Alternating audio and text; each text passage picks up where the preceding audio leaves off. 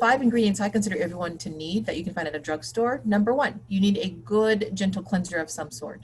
Brands like Cetaphil, CeraVe, Aquaphor, Eucerin, they all make gentle cleansers. And it's really about preference, but the goal of this simple cleanser is that it washes the skin, but doesn't cause any irritation.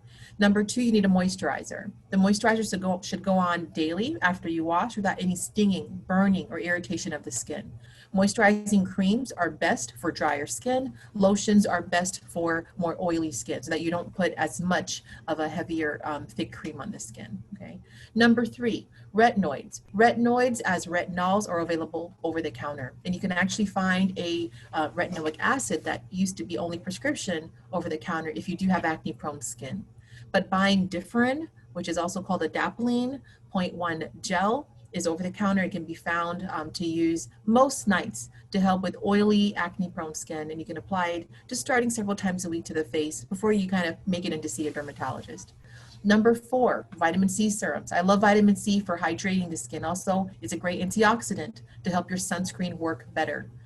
So going to the drugstore, looking for a vitamin C serum that is in a protective bottle would be ideal, and one that you can apply twice a day.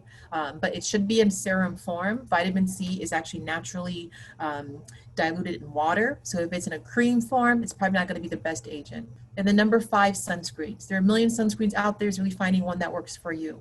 There's the mineral sunscreens, which are really best for any skin type. I find they're very effective in my fairer skin type patients because they go on without giving them a shine. But then there's chemical sunscreens. A lot of them are going to be best for your patient. There's a little bit more color to them so that they don't get that white cast or that white shine. But find one that works for you that doesn't cause any rashes and gives you the coverage you need. The minimum sunscreen you should be buying anywhere is an SPF 30. And I actually like SPF 50 or higher for someone who is prone to redness and has any sun damage or any personal or family history of skin cancer.